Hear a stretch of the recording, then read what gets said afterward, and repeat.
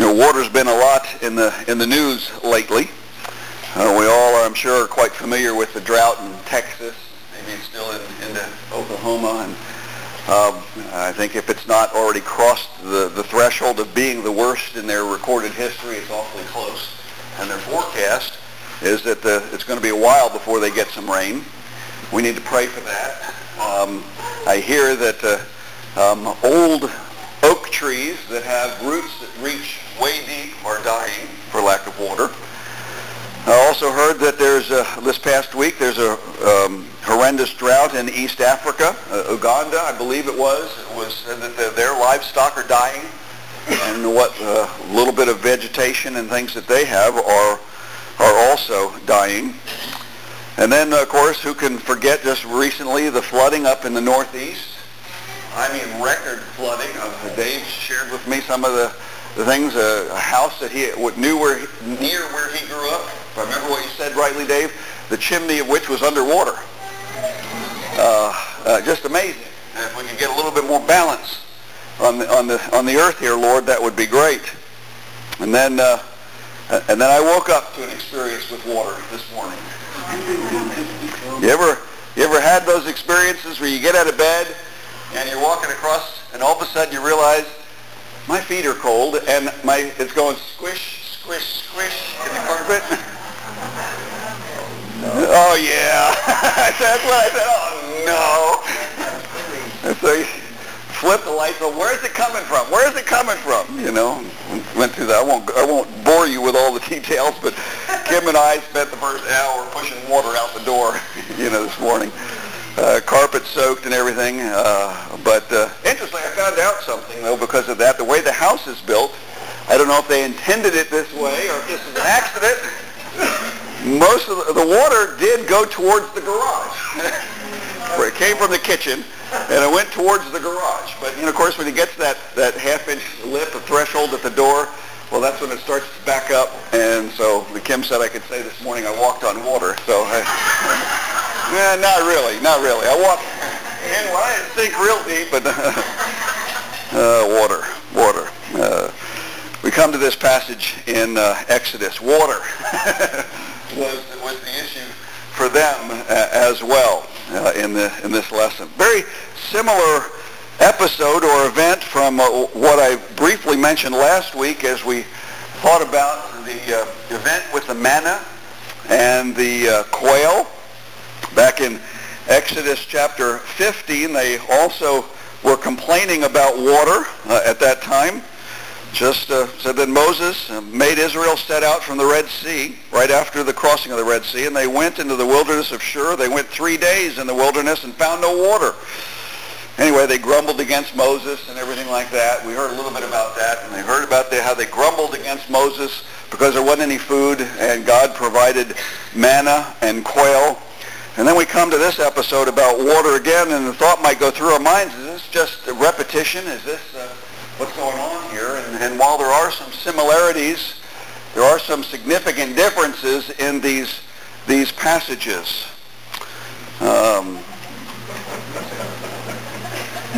We dealing with some water back there too, are we? It's everywhere. Not just so we're not dealing with just repetition. In chapter 16, if you were here last week or you read it recently, you read the word grumbling. That the people were grumbling. And that's what was in Exodus 15. When they didn't have water, and Moses went to the Lord, and he said, well, you've got this bad water over here. Throw this log in it, and it'll be good water. They were grumbling in those two places. But here in chapter 17, that word has changed. It's quarreling. It's a much more forceful word. That's a much more significant attitude that's being revealed to us here in Exodus 17. So we can learn some things from this passage, and the first one I want to point out to you is first thing in verse 1, where it says, all the congregation of the people of Israel moved on from the wilderness of sin by stages. Listen to this next phrase, according to the commandment of the Lord. Now that's not just that they moved in stages, but they moved. And our psalm made reference to what? The pillar of fire by night and the pillar of cloud by day. That in this time of Israel's wanderings, that's the way that God led them. So let me ask you a question. Did God know where we was going? You know, sometimes when Kim and I are out riding our bikes, we'll come to a road that we've never been on before, and we say, I wonder where that goes. And we'll have time, and we'll just go down the road. And sometimes it go half a mile, 5 miles, and you get to a dead end. She loves it when I take her down to a dead end. She loves turning that bike around. Those aren't so great, but sometimes it's amazing where the road will take us, and we'll end up, somewhere that, we know where we're at, but we hadn't planned to get there that way, and it's really nice. It's very scenic, and it's very pleasurable. I wonder, you think God, when he was leading the Israelites, he said, I wonder where this path goes? I don't think so. Not so much. I think he knew exactly what he was doing. He knew where he was going, and he knew there was no water there. He knew there was going to be a crisis. Have you ever thought that maybe God purposely leads you in your life to a crisis? He's trying to teach them. He's trying to teach us too. He's always teaching. God purposely led them into a very trying situation because he wants them and he wants us to, in a sense, push the envelope of our faith. Push that envelope of our faith. When we think about this, it surprised the Israelites that they didn't have water, but nothing ever surprises God. Some of you have heard me say that phrase, use that phrase. I use it pretty often, especially when people go through crises. God knew this was coming. It didn't surprise him. It surprises us. We may not be ready for it, but he is. Nothing ever surprises God. I want you to remember that. That is an incredibly important principle and a truth. That when we go through life, nothing surprises him. And so, if he knows where we are, he knows how to get us through that surprise. He knows how for us to navigate it. And I think that's one of the things he was wanting the Israelites to learn from this encounter. And he definitely wants us to learn something from this encounter as well. It was all of these things, these leadings that bring us to a point of a crisis of faith, as it's sometimes called, are always designed for our good. They're always designed to help in some way bring us closer to God. Now, in a way, God is always with us. You know that. He said in the Great Commission, I'm always with you. I'm never going to leave you nor forsake you. But in a way, there's another way to understand our relationship where we kind of drift away, or maybe we have a new ground to cover in that relationship, a new level to get to, and he wants to draw us in closer. So it's always for our blessing, even though, granted, lots of those crises are no fun. This wasn't fun for them. But we learn from this passage also maybe the right way and the wrong way to respond to God in crises. You see, the people were testing God. It's okay for God to test us. It's okay. He's going to do that. We know. Scripture teaches that. He's going to test us. That's kind of what he was doing here. He was testing them. But it's never okay for us to test God. Well, let me back up from that one bit. There's one place, one principle, or one way that God says for us to test him, and only one. And some of you are probably thinking about it. Right now, it comes to mind. I'm not going to tell you what it is, but I'm going to tell you where you can find it, so you can go look it up. And if you want to write this down, but Malachi, not the Italian prophet, not Malachi, but Malachi, the last book in the Old Testament, just before Matthew. It's a short book. You can read the whole thing. But you read it in chapter 3. Right there is where God tells us we're allowed to test him.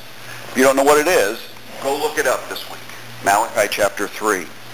But other than that one area, we don't test God. And that's what the Israelites were really doing.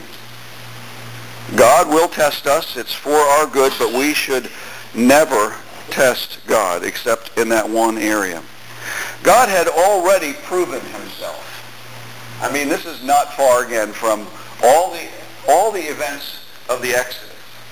Not just the crossing of the Red Sea, but the plagues before that, but also the manna, all of the quail, all that. Not far. God had already manifest his power, his presence, his sovereignty to them, and so there was really no question about what they were, he was with them and what he was doing.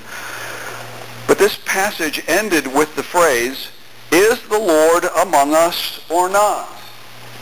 We hear in there that they were saying to God, this is where the difference between grumbling and quarreling comes in, we want you to prove it again, we want you to do it here, and we want you to do it now. That's testing God. He doesn't really like that. Okay? Now, he loves us always.